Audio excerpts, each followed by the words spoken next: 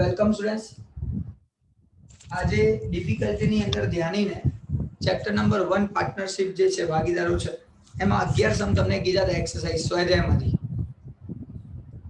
એ 11 સમ જે છે એમાંથી 11 નંબરનો સમ એને ડાઉટ છે. તમારામાંથી જેને એ 11 નંબરનો સમ આવડતો હોય એ હેન્ડ રાઇઝ કરો, હાથ ઊંચો કરો અને મારી જોડે વાત કરો કે સર મને આવડે છે, હું બોલીશ. 11 નંબરનો સમ मैं તમને લોકોને એવી કામ આપી છે સ્ટુડન્ટ, હું છે ને લેક્ચર્સ બંધ કરી દઈશ આપવાના, યાદ રાખજો. જો કામ પતશે નહીં, તમને લોકોને આગળ ભણાઈ રાખું પાછળનું પૂરું બાકી રહે તો એવી રીતે લેક્ચર્સ નહીં લેવાય, યાદ રાખજો. બોલો, છે કોઈ કહેવા વાળું નથી તો ખાલી ધ્યાનીને ડાઉટ છે, બાકીના બધાને આવડે છે એવું માનવામાં આવે ને? સર મને બી ડાઉટ છે જ તમને. ઓકે હું સર કહેવાની હતી પણ ઓકે બેટા, ધ્યાની ચલો પહેલા 11 નંબરનો આપણે ડાઉટ આવી ગયો. પછી સેલિના બોલો, આન્સર આપો.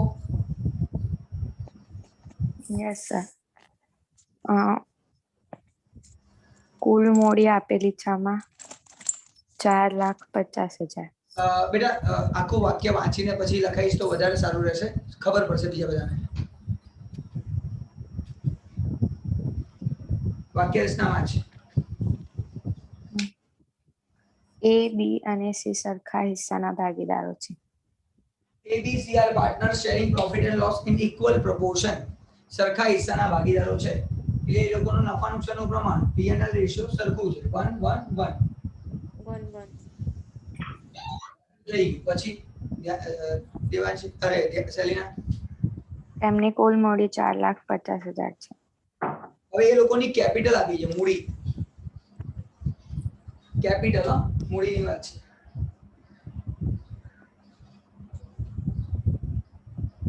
$4,50,000.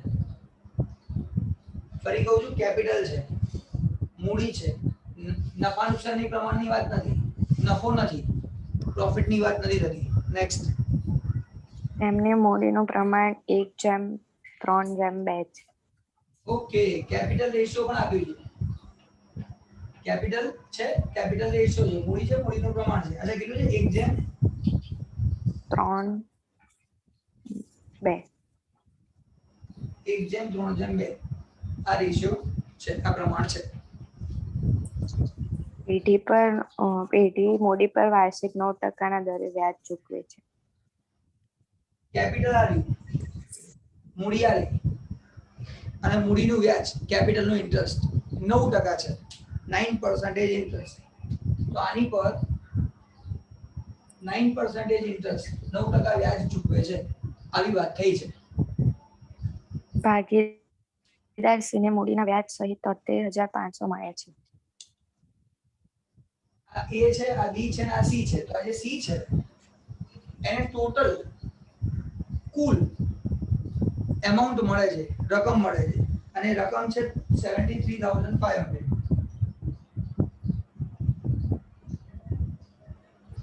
અરે ટોટલ એમાઉન્ટ એટલે કેવી રીતે?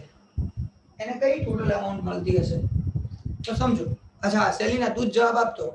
એને ટોટલ કઈ રકમ, એને ટોટલ એટલે કોણ, કઈ રકમ એમાઉન્ટ મળતી હશે? મૂડી અને મૂડી પરનું વ્યાજ. બકા મૂડી તો એની જ કહેવાય. એ એને મળે નહીં, એ તો બિઝનેસમાં જ હોય, ધંધામાં જ રહે. મૂડી એને આપવાની ના હોય.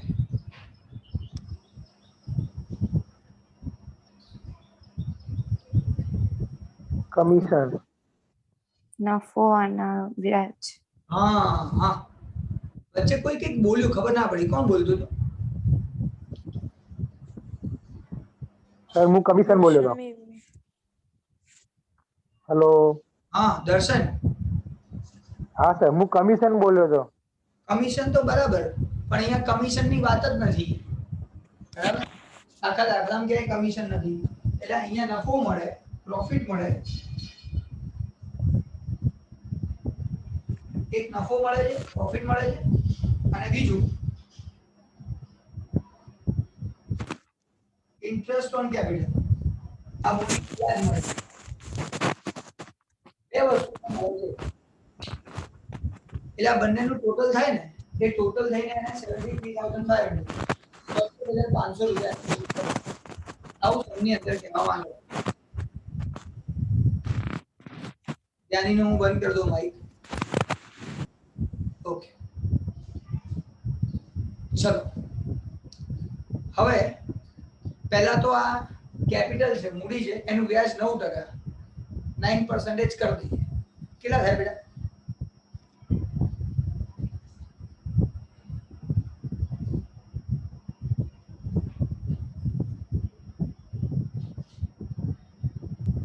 $40500. 40500, 40,500 રૂપિયા મૂડીનો વ્યાજ થયો, કેપિટલ ઇન્ટરેસ્ટ. આ કેપિટલનો ઇન્ટરેસ્ટ કેપિટલમાં ડિસ્ટ્રીબ્યુટ કરી દઈએ. મૂડીનું વ્યાજ છે તો મૂડીમાં વહેંચાય ને, સિમ્પલ, વહેંચી દઈએ. તો 40500 મલ્ટીપ્લાય 1 ડિવાઈડ બાય 3 + 2 + 1 એટલે 6, 1/6 એટલે 40,500 ગુણ્યા 1/100, 6 6,750. 750.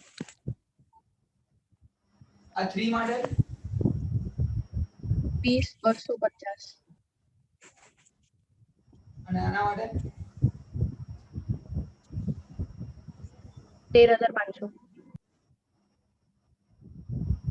તો આ થયું. આ જે રકમ લખી છે આપણે એ એને ઇન્ટરેસ્ટ છે, વ્યાજ છે, વ્યાજની રકમ થઈ. અને બીજું એને પ્રોફિટ બી મળે, બીજું એને નફો પણ મળશે. અહીંયા એને પ્રોફિટ મળશે, નફો મળશે. એ ખબર નથી કેટલો મળશે, એ આપણને સહેજ બી ખબર નથી. શૈલીને શું કરવાનું આગળ? 73,500 અને 13,500 નો ડિફરન્સ 60,000 થશે અને નફા નુકસાનનું પ્રમાણ આપેલું નથી એટલે સરખા ભાગી દીધું. નું પ્રમાણ ઠીક છે, પહેલા મને આનો જવાબ આવે. 60,000 ડિફરન્સ શું છે? આ બંનેનો ડિફરન્સ 60 થાય, પણ 60 ને કહેવાય શું? આ 60 શેના આયા? Divisible profit. હા ધ્યાની, તારી વાત સાચી છે. હું સેલિનાને એટલે જ પૂછું છું. વહેંચણી પાત્ર નફો. હા દર્શન, સમજી ગયા.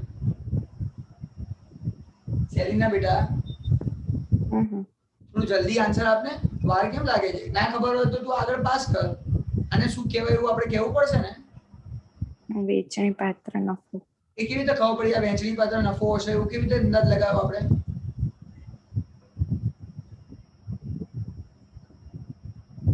કોના આધારે અંદાજ લગાવ્યો કે આ વહેંચણી પાત્ર નફો છે?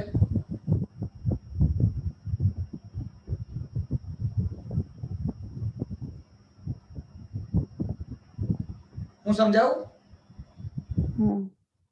સાંભળ, આપણે આ ભાગીદારને 73,500 મળે છે એવી વાત થઈ કે આટલા રૂપિયા એને મળે છે, તો આપણે પહેલા જ નક્કી કર્યું કે ભાગીદારને શું શું મળે? એક તો વ્યાજ મળે અને બીજું નફો મળે. વ્યાજ અને નફાનું ટોટલ કરો એટલું એને મળે. તો આમાં વ્યાજ અને નફો બંને વસ્તુ છે. આમાંથી વ્યાજ ખબર પડી કે 13,500 વ્યાજ છે, તો બાકીની રકમ છે નફો છે. એટલે મને ખબર પડી કે આ નફો મળ્યો છે અને એને નફો મળ્યો છે, એને નફો વહેંચ્યો છે, એટલે એ વહેંચણી પાત્ર નફો છે. પણ કોનો વહેંચણી પાત્ર નફો? પણ વહેંચેલો નફો. ખાલી સી નો છે. મારે અહીંયા બાજુમાં બી નો નફો અને એ નો નફો શોધવાનો બાકી છે. બી અને એના નફા શોધવાના બાકી છે. સિમ્પલ. હવે બોલ, તું જે કહેતી હતી ને એ હવે આવે. એક્ચ્યુઅલી દાખલો ગણો અને દાખલાને સમજવો બંનેમાં ફરક છે. હવે બોલ આગળ. આ 60,000 છે, આ નફો છે, તો શું કરવું હવે આગળ? બંનેમાં 60,000 જ આવશે. કેમ અહીંયા 60 આવશે? એનું કારણ શું છે? નફા નુકસાનનું પ્રમાણ આપેલું નથી એટલે સરખી હશે. આપેલું તો છે, આર્યું સ્ટાર્ટિંગમાં તો કીધું છે. એટલે પણ આપણે સમજ્યા ને, એમાં નથી. યાદ કર, શરૂઆતમાં તું કીધું તે કીધું સરખા પ્રમાણમાં છે. અચ્છા, વાંચ તો, પહેલી લાઈન વાંચ તો ફરીથી. હા સમજી ગઈ. ઓકે, તો સ્ટુડન્ટ્સ અહીંયા તમને લોકોને એવું કીધું છે કે P&L રેશિયો સેમ છે, નફા નુકસાનનું પ્રમાણ સેમ છે. તો આનો નફો 60,000 હોય, પ્રોફિટ 60,000 હોય, તો આનો પ્રોફિટ બી 60,000 જ હોય. એટલે બધાને 60 પ્રોફિટ મળશે અને બધાને આટલું વ્યાજ મળશે, તો વ્યાજ બી મળશે, નફો બી મળશે. હવે બંને મળીને કેટલા મળશે? તો આને તો 73,500 આપેલા જ હતા, બાકીના વાળાને મારે શોધવાના બાકી છે, તો બાકીના શોધી કાઢીએ. આને કેટલા મળે? 80,000 અને અહીંયા મળશે 66. તો બધાને આટલો પ્રોફિટ મળે. અચ્છા, ત્યાંની તને ક્લિયર થઈ ગયું હશે. હા સર થઈ ગયું. તારો ડાઉટ ક્યાં હતો મને હવે એમ કહી દે. સર મારી ભૂલ શું હતી ખબર છે? આપણે ડિવિઝિબલ પ્રોફિટ કઈ રીતે ફાઇન્ડ કરતા હતા, હું એવી રીતે ફાઇન્ડ કરવા જતી હતી. આ કેવી લાઈક રીતે કરતી હતી? મને સમજાય. આ 3,500 છે ને, હે ને, મેં ઇન્ટુ શું કહેવાય 2 ડિવાઇડેડ બાય જેટલા મતલબ 6 છે એ રીતે કરવા જતી હતી. 3,500 અમાઉન્ટ નથી દેખાતી આખા બોર્ડ ઉપર અત્યારે. 13,000 સર. 30,500 આ નીચે નીચે હજુ દેખાય છે. 13,500 સર, બીજામાં ત્રીજું છેલ્લું. આની વાત કરે છે? એમાં 13,500 13,500 ઉપર એની લખ્યું છે. ઉપર. હા, ઓકે. હા, દર્શન એક મિનિટ. આને શું કરતી હતી તું? હું એનું ડિવિઝિબલ પ્રોફિટ ફાઇન્ડ કરતી હતી એનાથી, મતલબ એ નંબર લાઈન. આ નંબર કેવી રીતે આવ્યો પણ? આપણે શું કહેવાય કેપિટલમાં ઇન્ટરેસ્ટ કેલ્ક્યુલેટ કર્યું 9%, એને ડિવાઈડ કર્યું આપણે આ રેશિયોમાં. એને તે 132 માં જ ડિસ્ટ્રીબ્યુટ કરી દીધું. હા, ચલો એ તે કરી નાખ્યું. એના પછીનું સ્ટેપ બોલ હવે. એના પછીનું છે ને આ 60,000 મતલબ કંઈક તો આપણા પીએનએલ રેશિયો આપણે ફાઇન્ડ આઉટ તો કરવો પડશે ને. એટલે હું કેવું કરતી હતી 13,000. પ્રોફિટ ફાઇન્ડ કરવો પડશે કેટલો. હા, મતલબ નંબર આપણે લાઈક આપણે કેટલો પ્રોફિટ છે એ ફાઇન્ડ આઉટ કરવું પડશે ને. તો હું શું કરું 13,500 ઇન્ટુ 2% ડિવાઇડેડ બાય 6 કરતી હતી. તો આને તું ત્રણેયમાં ડિસ્ટ્રીબ્યુટ કરતી હતી? 13,500 ને ડિસ્ટ્રીબ્યુટ કરતી હતી બધામાં? હા, હું એ ભૂલ કરતી હતી. બરાબર, પણ એવું કેમ વિચાર આવ્યો કે 13,500 ને ડિસ્ટ્રીબ્યુટ કરો? એમ કહું છું, એ તો ખાલી સી ના છે, એટલા માટે પૂછું છું. એવું તને કંઈક આવ્યું હશે ને કે આને ડિસ્ટ્રીબ્યુટ કેમ કરવાના? રીઝન? અરે ઓલામ ખબર છે તો ડિવિઝિબલ પ્રોફિટ ફાઇન્ડ આઉટ કરવા માટે તમે લાઈક પેલો ફોર્મ્યુલા છે આપણે. એમાં આપણે એવું કરતા હતા 13,500 મલ્ટીપ્લાય 6/2 મલ્ટીપ્લાય 6/2 2/6 સાથે મલ્ટીપ્લાય નહોતા કરતા, 6/2 સાથે કરતા હતા, એટલે ટોટલ મળી જતું. અને એ તને મળશે 40,000. એટલે હું એવી રીતે કરતી હતી. અહીંયા બી મળશે પણ ટોટલ ઇન્ટરેસ્ટ મળશે આવું કરવાથી. ઇન્ટુ 6/2 કરીશ ને એટલે અહીંયા 40,500 આન્સર આવશે. અને એ તારું હશે ડિવિઝિબલ. અરે એ જો તું માનતી હતી એ તને કેપિટલનો ઇન્ટરેસ્ટ મળશે. ઓકે, સમજી ગયો. સારું. તો સ્ટુડન્ટ્સ અહીંયા આ સમ કમ્પ્લીટ થાય છે. અચ્છા, આ ચેપ્ટરમાં બીજું કોઈ ડાઉટ છે? ના સર, મારા આ ચેપ્ટરના રિલેટેડ ડાઉટ ક્લિયર થઈ ગયા. હવે સ્ટેટમાં ડાઉટ છે. એ પછી પહેલા દેવાંશી શું કેવું છે આ ચેપ્ટરમાં? સર આમાં ક્વેશ્ચન 2 છે ને એમાં 10 નંબર વાળો જે છે ને એ નથી ખબર પડતી.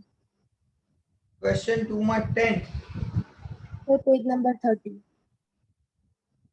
હા, સમજી ગયો. Write a journal entry to transfer drawing account to the capital account at the end of the year, right? હા સર મેં લખી તો દીધું છે પણ મને ખબર નથી પડતી. ના, હું તને એક વાત કહું છું ભાઈ, ગુજરાતીમાં કહું છું, સાંભળો. ઉપાડ ખાતાને મૂડી ખાતે લઈ જવાની આમનોંધ લખો. ઉપાડ ખાતાને મૂડી ખાતે લઈ જવાની આમનોંધ લખો. હવે હું શીખવાડું છું, સમજો. અને દેવાંશી જ આન્સર આપશે. દેવાંશી બેટા, આપણે ડ્રોઈંગ ઉપાડને ફાઇનલ એકાઉન્ટ બનાવીએ છીએ, વાર્ષિક હિસાબો કરીએ, ફાઇનલ એકાઉન્ટ બનાવીએ ત્યારે ક્યાં લખીએ છીએ? કેવી રીતે લખીએ છીએ? આમાં મને એકાઉન્ટ બોલ, એકાઉન્ટનું નામ બોલ અને પછી હું એને એન્ટ્રી કરું. સર આપણે બેલેન્સ શીટ સાઈડ લખીએ છીએ ડ્રોઈંગ. બેલેન્સ શીટમાં આપણે વર્ષો થઈ ગયા બેલેન્સ શીટમાં લખવાનું બંધ કરી દીધું છે. હવે એવું કહીશ ક્યારે પણ ડ્રોઈંગ બેલેન્સ શીટમાં લખ્યું નથી. યાદ કર ક્યાં લખીએ છીએ? હા સર, આપણે પાર્ટનર્સ અકાઉન્ટમાં. પાર્ટનર્સ કેપિટલ એકાઉન્ટ કે કરંટ એકાઉન્ટમાં? Capital account. કરંટમાં ના લખાય? સર કરંટ આપેલું હોય તો લખાય. હા, એમ.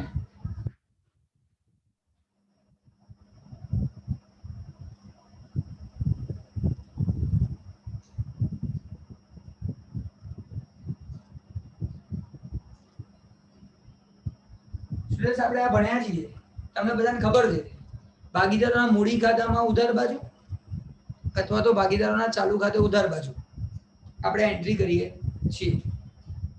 એક તો મૂડીમાં ઉધાર અને બીજું ચાલુમાં ઉધાર.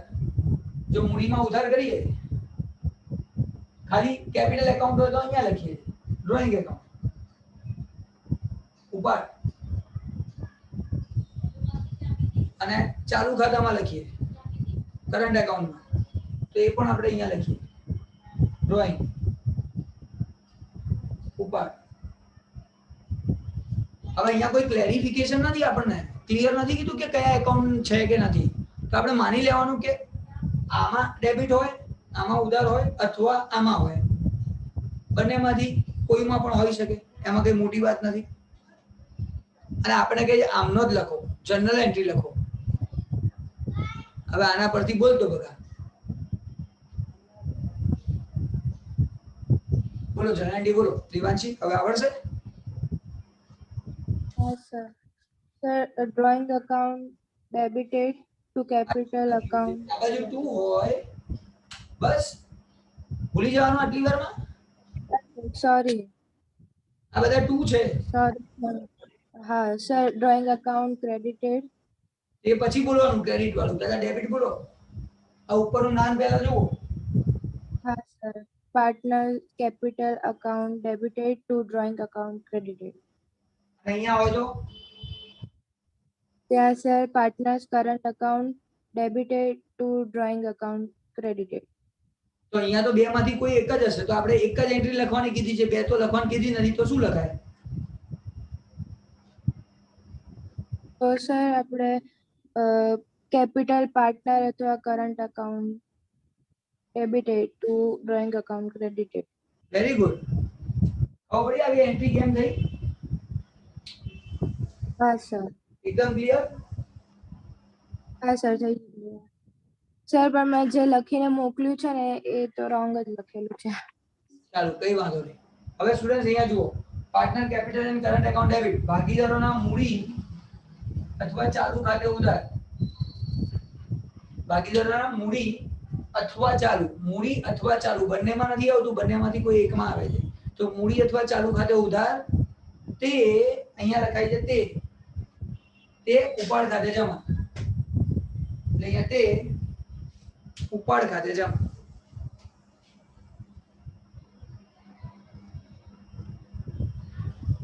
એટલે મૂડી ચાલુ ખાતે ઉધાર, મૂડી અથવા ચાલુ ખાતે ઉધાર તે ઉપાડ ખાતે જમા. અને આ વસ્તુ જો ભૂલી જશો છોકરાઓ તો તમને લોકોને એકાઉન્ટ ના આવડવાની ગેરંટી, કારણ કે તમે આ જો ના બોલી શકતા હો ને, આ ભૂલી જાવ વસ્તુ, એટલે સમજી લેવાનું તમને એકાઉન્ટમાં 100% ભૂલ પડશે. એટલે ભૂલવાના ચાન્સીસ 110% છે. એટલે થોડુંક યાદ રાખો, આ તો એવી વસ્તુ છે 11th માં કઈ કઈને ભાગ્યો, તે ધ્યાન રાખો. એકાઉન્ટ્સ પરથી એન્ટ્રી લખવાની, આમ ન જ લખવાની. તો આપણું કામ આટલું પૂરું થઈ ગયું. ચલો, બીજો કોઈ ડાઉટ કોઈના હોય તો પૂછો. ચેપ્ટર નંબર 1 માં તો આજે ખાલી નાની વસ્તુ ભણ્યા, પણ મોસ્ટ આઈએમપી વસ્તુ ભણ્યા. આ પણ આઈએમપી છે, આ પણ આઈએમપી છે. અને અહીંયા કરું છું મારા લેક્ચરને ઓવર. બાય.